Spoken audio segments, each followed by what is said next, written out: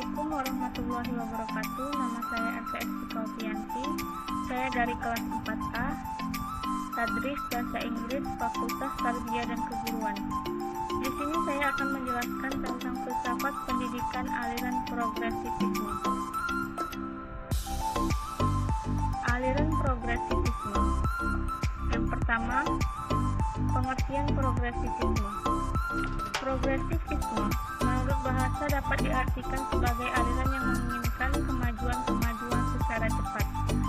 Dalam konteks filsafat pendidikan, progresivisme adalah suatu aliran yang menekankan bahwa pendidikan bukanlah sekedar pemberian sekumpulan pengetahuan kepada subjek didik, tapi hendaklah berisi aktivitas-aktivitas yang mengarah pada pelatihan kemampuan berpikir mereka sedemikian rupa, sehingga mereka dapat berpikir secara sistematis melalui cara-cara ilmiah seperti memberikan analisis, pertimbangan, dan perbuatan kesimpulan menuju pemilihan alternatif yang paling memungkinkan untuk pemecahan masalah yang dihadapi.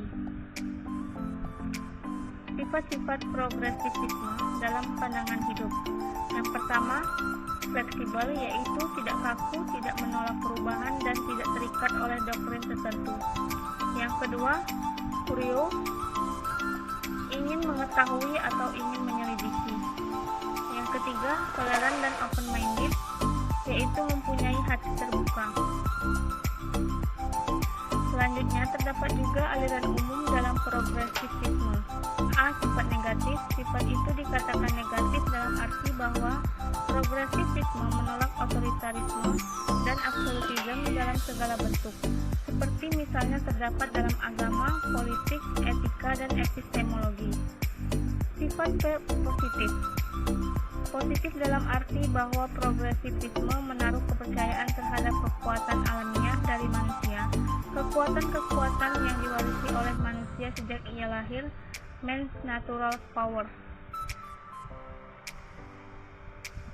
Terutama yang dimaksud adalah kekuatan-kekuatan manusia untuk terus-menerus melawan dan mengatasi kekuatan-kekuatan, tahayul-tahayul, dan kegawatan-kegawatan yang timbul dari lingkungan hidup yang selamanya mengancam. Selanjutnya, progresivisme dalam sejarah. Secara historis, progresivisme ini telah muncul pada abad ke-19, namun perkembangannya secara pesat baru terlihat pada abad ke-20, terutama di negara Amerika Serikat. Sebagai sebuah aliran filsafat pendidikan, progresivisme lahir sebagai protes terhadap kebijakan-kebijakan pendidikan konvensional yang bersifat formalis tradisionalis yang telah diwariskan oleh filsafat abad ke-19 yang dianggapnya kurang kondusif dalam melahirkan manusia-manusia yang sejati. Tokoh-tokoh progresivisme.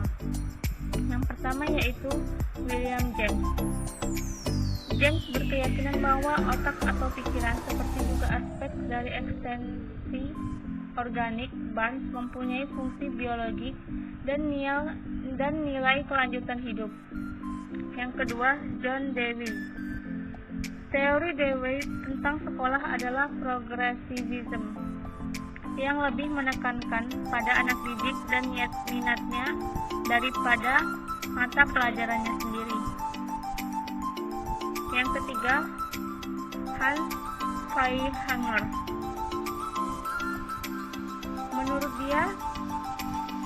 Menurutnya, tahu itu hanya mempunyai arti praktis. Persesuaian dengan objeknya tidak mungkin dibuktikan. Satu-satunya ukuran bagi berpikir ialah gunanya dalam bahasa Yunani pragma untuk mempengaruhi kejadian-kejadian di dunia. Selanjutnya, dasar filosofis progresivisme. Progresivisme beranggapan bahwa kemajuan-kemajuan yang telah dicapai oleh manusia tidak lain adalah karena kemampuan manusia dalam mengembangkan berbagai ilmu pengetahuan berdasarkan tata logik dan sistematisasi berpikir ilmiah. Oleh karena itu, tugas pendidikan adalah melatih kemampuan-kemampuan subjek didiknya dalam memecahkan masalah kehidupan yang mengarah pada pengembangan ilmu pengetahuan yang berguna bagi kehidupannya dalam masyarakat.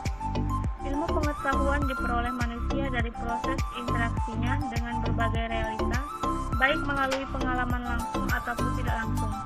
Sebagai pragmatisme, aliran ini memandang ilmu pengetahuan sebagai sesuatu yang bermanfaat, karena pengetahuan itu adalah sarana bagi kemajuan manusia. Selanjutnya, pemikiran progresivisme tentang pendidikan. Asas pokok aliran ini adalah bahwa manusia selalu tetap survive terhadap semua tantangan kehidupannya yang secara praktis akan senantiasa mengalami kemajuan. Oleh karena itu, aliran ini selalu memandang bahwa pendidikan tidak lain tidak bukan adalah proses perkembangan, sehingga seorang pendidik mesti selalu siap untuk senantiasa memodifikasi berbagai metode dan strategi dalam pengupayaan ilmu-ilmu pengetahuan terbaru dan berbagai perubahan-perubahan yang menjadi kecenderungan dalam suatu masyarakat.